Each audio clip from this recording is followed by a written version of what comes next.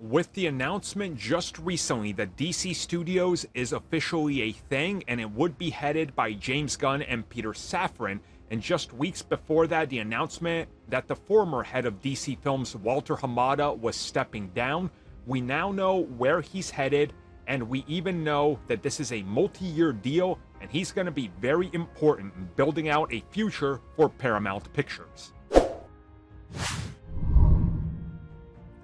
Well, here we are. The, I guess now infamous, Walter Hamada has failed his way upwards? Question mark, because that's what people are saying, even though I think people are greatly exaggerating his failures, but we'll talk about that in a second.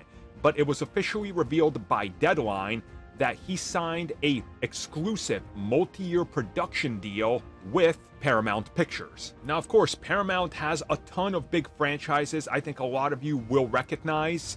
Obviously, the big ones that might matter to him, I would assume, would be Star Trek, Teenage Mutant Ninja Turtles, Terminator, Transformers, Friday the 13th, just to name a few. And there's tons more, trust me. G.I. Joe, for example, is another one that could honestly use a nice revitalization. Mission Impossible, Jack Ryan. Look, there's tons. You could just go look it up. They have a ton.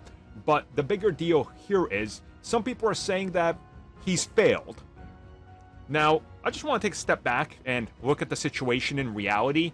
I'm not a big fan of Walter Hamada. Well, I've said that before, but are you telling me that the guy that successfully put out a franchise starter like The Conjuring, Annabelle, It, Aquaman, Shazam, Joker, The Batman, recently involved with Black Adam, the upcoming Shazam, The Flash, Blue Beetle, and Aquaman 2, is a failure?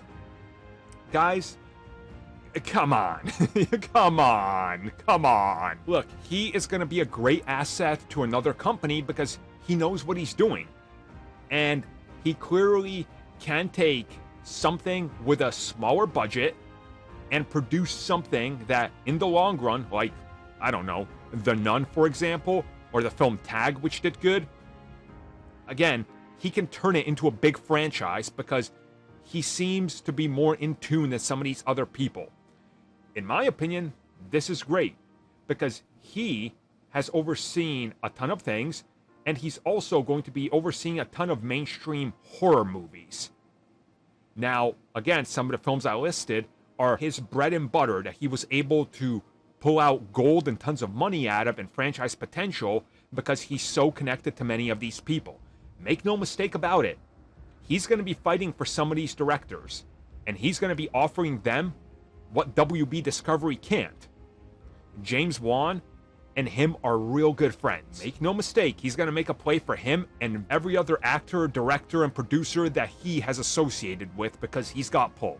I mean, his time at DC has produced quite a few hits, whether you like them or not. If you love the Joker and you love the Batman, you owe it to him.